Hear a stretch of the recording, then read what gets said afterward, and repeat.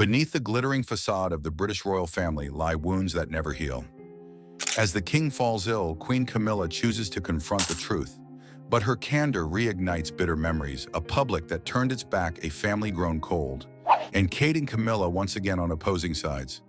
Everyone has sacrificed, everyone has been hurt. But in this silent war, will anyone truly emerge victorious? Clarence House stands quietly beautiful under the thin morning mist of early winter. Its large glass windows shimmer with pale sunlight, the ancient gray stone walls stoic, and the maple trees by the gate stripped bare, extend skeletal branches like aged hands reaching for the silver gray sky. A peaceful day at least on the surface. Inside the heavy doors, the long dim hallway echoes with the soft, polite clack of shoes, yet it cannot dispel the oppressive air seeping into every corner of the palace. Queen Camilla stands by the drawing room window, her gaze quietly following the black cars rolling away after an early morning private meeting. She wears an elegant ivory dress, her platinum hair neatly styled, her face lightly powdered, but no makeup can hide the deep lines at the corners of her eyes, marks of years and unrelenting anxieties. In her hand is a steaming cup of Earl Grey, untouched, gripped tightly as if its faint warmth is the only thing keeping her grounded. Rumors have been swirling. The press whispers, social media speculates, and reporters gather in growing numbers outside Buckingham Palace's gates. They speak of Charles's health, their king, her husband. But what Camilla feels most acutely isn't the noise outside. It's the silence of the palace, the silence of those who once trusted her, the silence within her own heart. The door behind her creaks open. A low, soft yet resolute voice speaks, "Mother." Camilla doesn't need to turn to know who's entered. The Princess of Wales, Kate Middleton, elegant in a navy dress, her radiant face overshadowed by unusually cautious blue eyes. "Kate." Camilla nods slightly, setting her tea on the table. "You're early." Kate doesn't smile. She steps forward, stopping a few feet away. The distance between them isn't dictated by royal protocol, but by an invisible wall built from the past, from gossip, from the ever-present shadow of Princess Diana in the public's heart. "I think we need to talk," Kate says evenly, though Camilla's sharp instincts catch the wariness in her words. "I assume about Charles." Camilla sighs, crossing her arms. "And the rumors out there," Kate nods, her gaze unwavering. "I know you're worried too, but letting this spiral, letting the press speculate, letting the public grow anxious, I don't think that's wise." Camilla's lips curl into a faint, weary smile tinged with bitterness. "And what do you suggest? Stay silent. Pretend everything's fine, as this palace has done for centuries." The air grows heavy. Kate's hands clench slightly, but her eyes remain steady. "It's tradition," she says slowly. "Not out of fear or secrecy, but for the stability of the monarchy, for the peace of this country." Camilla lets out a soft laugh, her eyes clouded with a storm of emotions. "I used to believe that too, Kate. But you should know, sometimes silence is what feeds lies." She lifts her head, her gaze sharp and cold. "I've spent half my life under malicious rumors. I know the truth can only be controlled when we dare to speak it." Kate hesitates, a flicker of something passing through her eyes. But she quickly regains her composure, bowing slightly. "I respect your choice," she says softly, "but I'll protect this family in the way I believe is right." Camilla watches Kate, leave a hollow feeling rising within her. She knows today's silence at Clarence House is just the beginning. A true storm is approaching, and this time she's not sure she has the strength to weather it. Within Buckingham Palace's heavy marble walls, the air is thick with the tension of an emergency meeting, one no one wanted, but none could avoid. The grand meeting room, with its soaring ceiling and stern ancestral portraits lining the walls, feels strangely small and cold under the strained gazes of those present. William, Duke of Cornwall, an heir apparent, sits rigidly at the head of the table, his handsome face hardened, his gray eyes cold as steel. Kate sits beside her husband, her hand resting lightly on the walnut table, her calm exterior betrayed by the faint weariness in her eyes. Camilla enters, her steps light but deliberate, her pale gray dress exuding the quiet dignity of a woman who's weathered countless storms. No one offers a greeting, only silence envelops the room. "We can't delay any longer," William's voice cuts through low, but commanding. Rumors about father's health are spreading like wildfire. The press is at every gate. The public is anxious. We need to agree on a response. Camilla meets her stepson's gaze without flinching. And you want to choose silence, I want stability, William replies, each word deliberate. Uncontrolled information is a risk. Father needs time, and the monarchy needs unity. Camilla's eyes darken. Stability can't be built on lies, William. The public isn't naive anymore. If we keep hiding, the consequences will be worse. Kate speaks softly, her voice gentle but icy. This monarchy has survived countless crises by knowing when to stay silent, Mother. The room grows taut as a bowstring. Advisors on either side exchange uneasy glances. Tradition versus truth. Duty versus fear. Camilla looks at each person, her gaze lingering on William. Don't forget, we're not just a family. We're a symbol. But that symbol is human, with fears, illnesses, and limits. William's jaw tightens, but he says nothing more. The meeting ends in heavy silence. London's gray sky looms like a warning of the storm drawing near. And this time the tempest isn't just outside, it's brewing within the ancient stone walls of the royal palace. London's night falls swiftly, draping a cold gray veil over Clarence House's ancient walls. In the small drawing room, the soft glow of golden lamplight softens the space's harsh edges, but in Camilla's heart, old memories stir vivid and persistent like scars that haven't healed. She sits in an armchair, her tired eyes gazing into the distance, where the misty window reflects the dark night. Images of her youth play like an old film, riding horses with Charles across lush fields, stolen handholds behind stone walls, whispered words in the dark. They loved each other, a forbidden secret love, but achingly sincere. Then Diana arrived, and everything shattered. Camilla can never forget the public's gaze that day, eyes piercing her like cold daggers. The homewrecker of the nation's family, they called her. The press screamed headlines, the public raged, and images of Diana's silent tears twisted Camilla's image into something monstrous. She grew used to the hatred, the disdainful glances, the whispers behind her back. But the pain never stopped. Meanwhile, at Kensington Palace, Kate stands quietly in her bedroom, her pensive gaze fixed on the window. She recalls her early days as a royal bride when the press dubbed her Perfect Kate, only to scrutinize and compare her to Diana at every turn. Every step, every outfit, every smile dissected. But Kate chose a different path. She chose silence. She chose duty, patiently building her image year by year, quietly winning the public's affection step by step. Camilla and Kate, two women, two generations, both know what it means to marry into the monarchy, to live under the relentless scrutiny of a global media empire. Yet they've chosen opposite ways to face it. Camilla chose boldness, confrontation. Kate chose patience, nurturing. And that very opposition widens the gulf between them. Yet deep down, perhaps, they share the same pain, the burden of living in the towering shadow of a lost icon, Princess Diana. London's afternoon is cloaked in thick gray clouds, the late autumn winds carrying a biting chill. But it's not the weather that freezes England, it's the atmosphere within the nation after a bombshell announcement from Clarence House. On national television, Queen Camilla appears, her face calm but her eyes blazing with unusual resolve. Without preamble or evasion, she addresses the issue the entire country has been whispering about for days. I know the rumors have spread far, her steady voice rings out, and I believe it's time the monarchy stops staying silent. She pauses, then declares firmly, yes, the king is facing a serious illness. He is undergoing treatment and needs time to recover. That brief, direct statement shakes England to its core. The media erupts. Major outlets splash headlines. Queen Camilla reveals king's illness. Fears at Buckingham, who's really holding power. Public opinion splits fiercely. Some praise her candor as a rare, courageous act of transparency from the monarchy.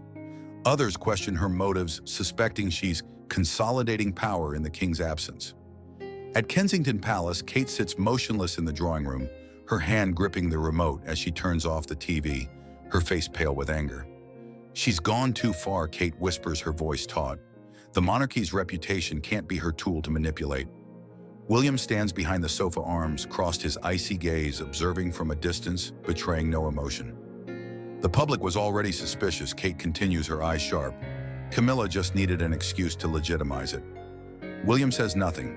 He knows the power game at Buckingham has officially begun, and every move from now on will shape the family's future. Overnight, the media storm floods every corner of the monarchy.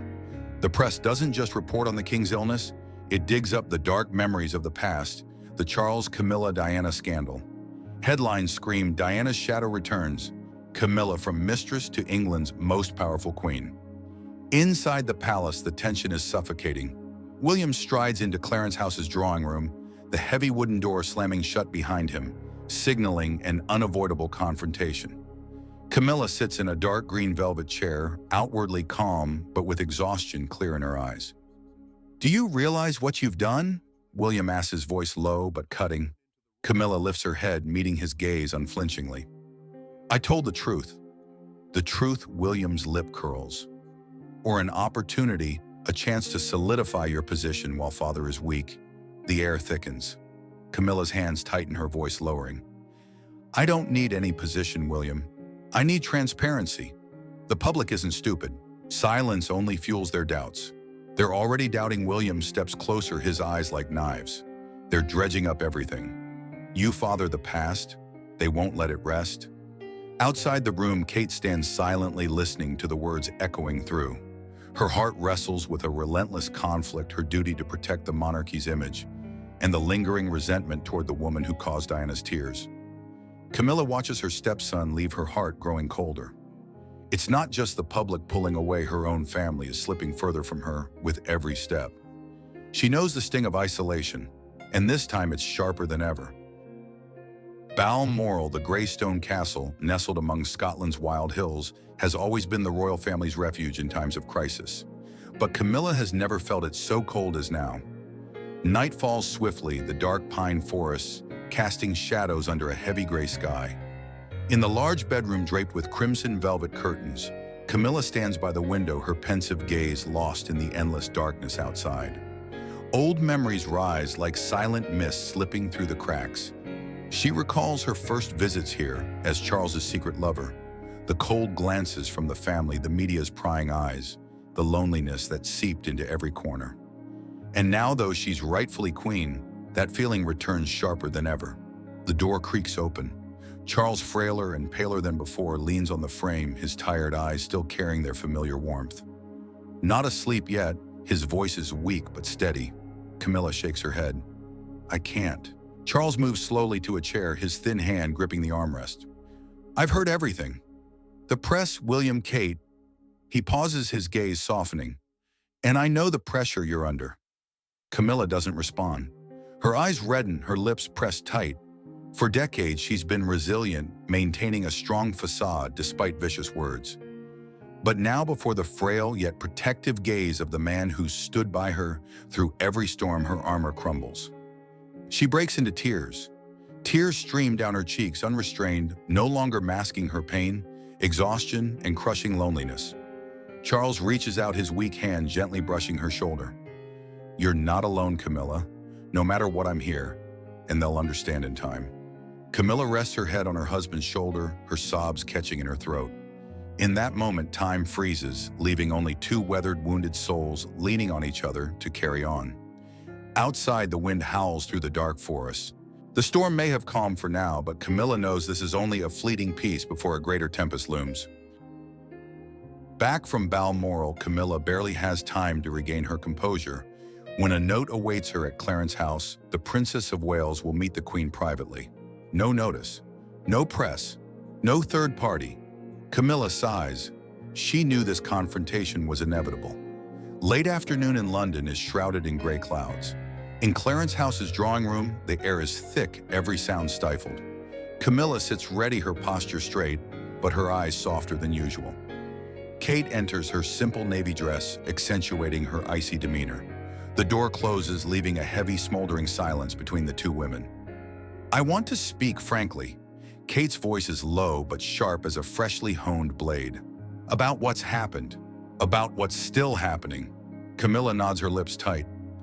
"I assume you've brought old grudges along too." Kate doesn't deny it. "If I said I've forgotten everything you did to Diana, I'd be lying." Her eyes are cold. "But I'm not here just to dredge up the past."